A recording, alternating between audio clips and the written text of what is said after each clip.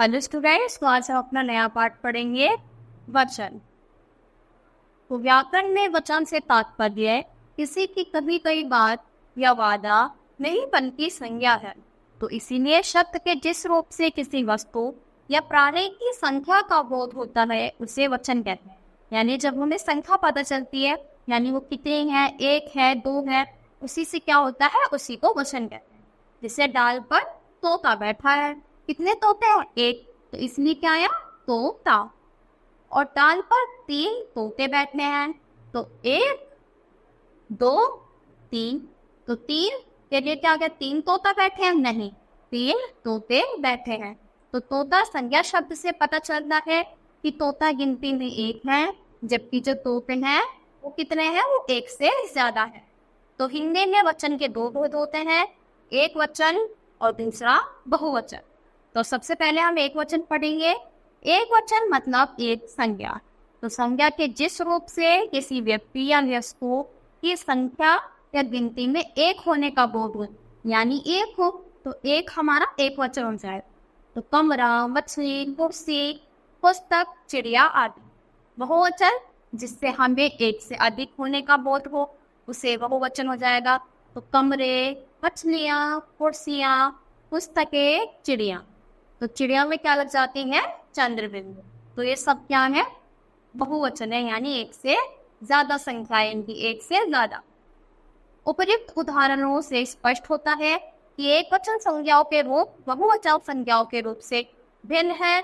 वचन के बदलने से क्रिया का रूप भी बदलता है। तो जब वचन बदलेगा तो हमारी क्रिया भी बदलेगी। तो पेड़ पर तोता बैठा है, तोता है तो एक वचन, 3 तोते बहुवचन। तो देखो बैठा हमारा क्रिया था और 3 तोते होते ही बैठे हो गया।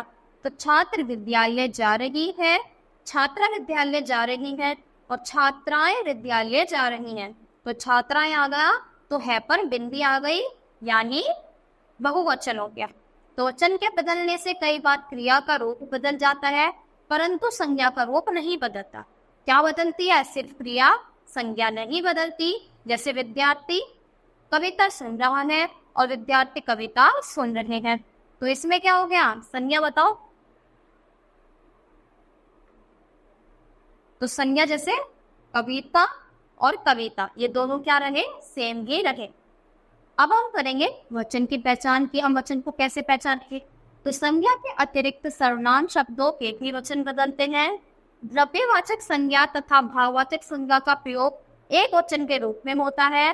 जनता हाहाकार कर रही होगी, दूध पीना सेहत के लिए अच्छा है, माँ की ममता ओवन पड़े।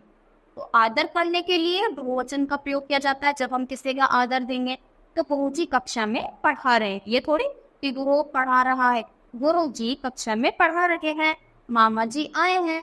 फिर अपना बड़प्पन दिखाने के लिए बहुवचन का प्रयोग होता है। तो मालिक ने क्रोध में नौकर से कहा, हमारे सामने से दूर हो जाओ। अब ये थोड़ी कि चल हट साइड हो जाए, ऐसे नहीं। जब हम थोड़ा बड़प्पन दिखाते हैं, अच्छे से बात करते, तो हमारे सामने से दूर हो जाओ। तो मंत्री ने अपने कर्मचारी से कहा, हम दुष्टों को दंड देंगे। तो देखो हम यहाँ पर इतने सारे नहीं, कि मैं ही, क्योंकि मंत्री तो एक ही होता है ना। तो इसलिए क्या आते हैं, कभी कभी हम अपना बड़प्पन यानी अच्छा दिखाने के लिए भी ऐसे बोलते हैं। तो कुछ शब्द सदा बहुवचन के लिए भी प्रयोग होते हैं। तो ये शब्द ऐसे हैं, हमेशा बहुवचन में यूज होते हैं। जैसे आंसू, दर्शन, बाल, लोक, हस्ताक्षर आदि। दुर्घटना में घायल युवक को देखकर मेरी आंखों में आंसू भर आए।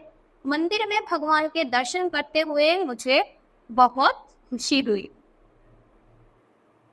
आंसू, खुशी के बाल काले हैं, बाल, लोग जल्दी ही अपने अपने घर चले गए।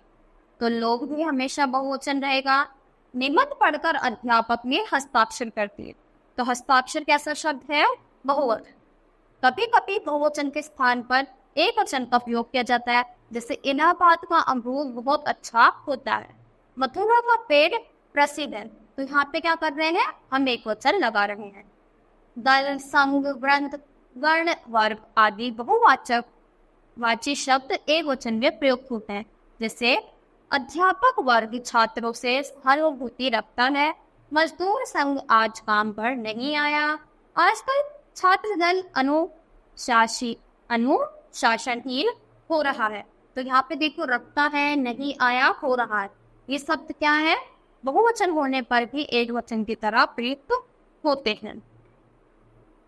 अब हम सीखेंगे बहुवचन, यानी हम एक से अनेक चीजें कैसे बनाते हैं। तो क्या करते हैं? अंतिम में ए जोड़ देते हैं। तो आँख आंखें, किताब किताबें, बहन बहने, कलम कलमे, दवात दवाते, सड़क सड़कें। दवात क्या होती है? जिसमें हम सिहाई यानी इंक रखते हैं। फिर आ जोड़ देते हैं, आ के स्थान पर ए लगा देंगे। तो कपड़ा कपड़े, गधा गधे, बेटा बेटे, घोड़ा घोड़े, केला केले। फिर अंत में क्या लगा देंगे? ए। तो कला कलाएं, कन्या कन्याएं, माता माताएं, वस्तु वस्तुएं, वस्तु वस्तुएं। फिर क्या करते हैं? इया लगा देते हैं, जैसे तिथि तिथियां, स्त्री स्त्रियां, बेटी बेटियां, दवाई दवाइयां। फिर जिनके अंत में या होता है तो उन पर हम चंद्र बिंदु वाला या लगा देते हैं, तो बहुवचन। तो चिड़िया चिड़िया, बस क्या डिफरेंस देखने को मिल रहा है? चंद्र बिंदु ऐड हो रही है। तो गुड़िया गुड़िया, चुनिया चुनिया, डिबिया डिबिया। तो सिर्फ इसमें एक चंद्र बिंदु लगते ही वो बहुवचन बन जाता है। तो कवि मनु पशु, हाथी साधु विद्वान, मनुष्य शब्दों के रूप में परिवर्तन नहीं होता।